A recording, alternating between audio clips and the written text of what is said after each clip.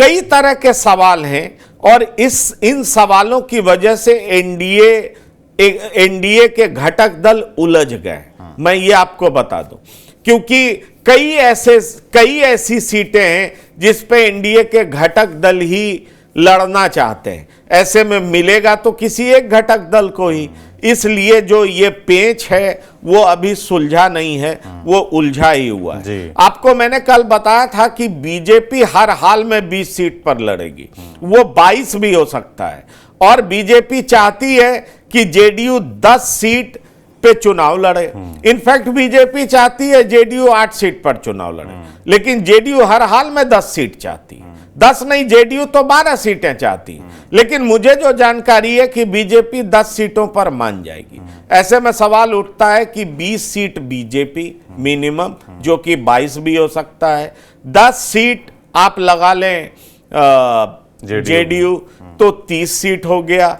4 seat BJP LJP चिराग गुट को देना चाहती है, रामविलास गुट को देना चाहती है, तो कितना हो गया 34।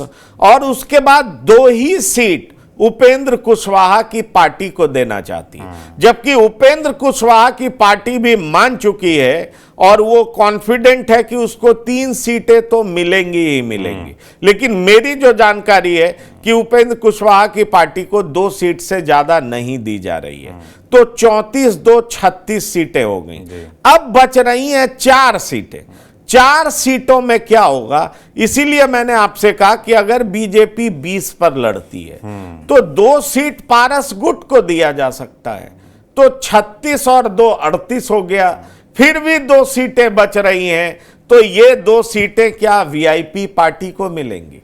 किसको मिलेगी ये 2 सीटें? और अगर वीआईपी पार्टी नहीं आती है तो क्या बीजेपी 20 से 22 सीटों पर लड़ेगी?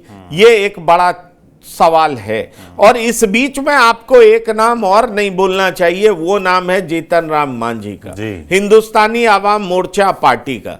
तो मैंने आपसे कहा कि बीजेपी में मंथन का दौर जारी है, मंत्रणा चल रही है। कहा यह जा रहा है कि अगर हिंदुस्तानी आवाम मोर्चा को एक और मंत्रालय दे दिया जाता है तो हिंदुस्तानी आवाम मोर्चा गया नहीं मांग सकती है, क्योंकि हिंदुस्तानी आवाम मोर्चा के जो मुखिया हैं जीतन राम मांझी, उनको ज्यादा इंटरेस्ट बिहार की पॉलिटिक्स करने में, उनको ज्यादा इंटरेस्ट बिहार में एक और मंत्रालय पाने में।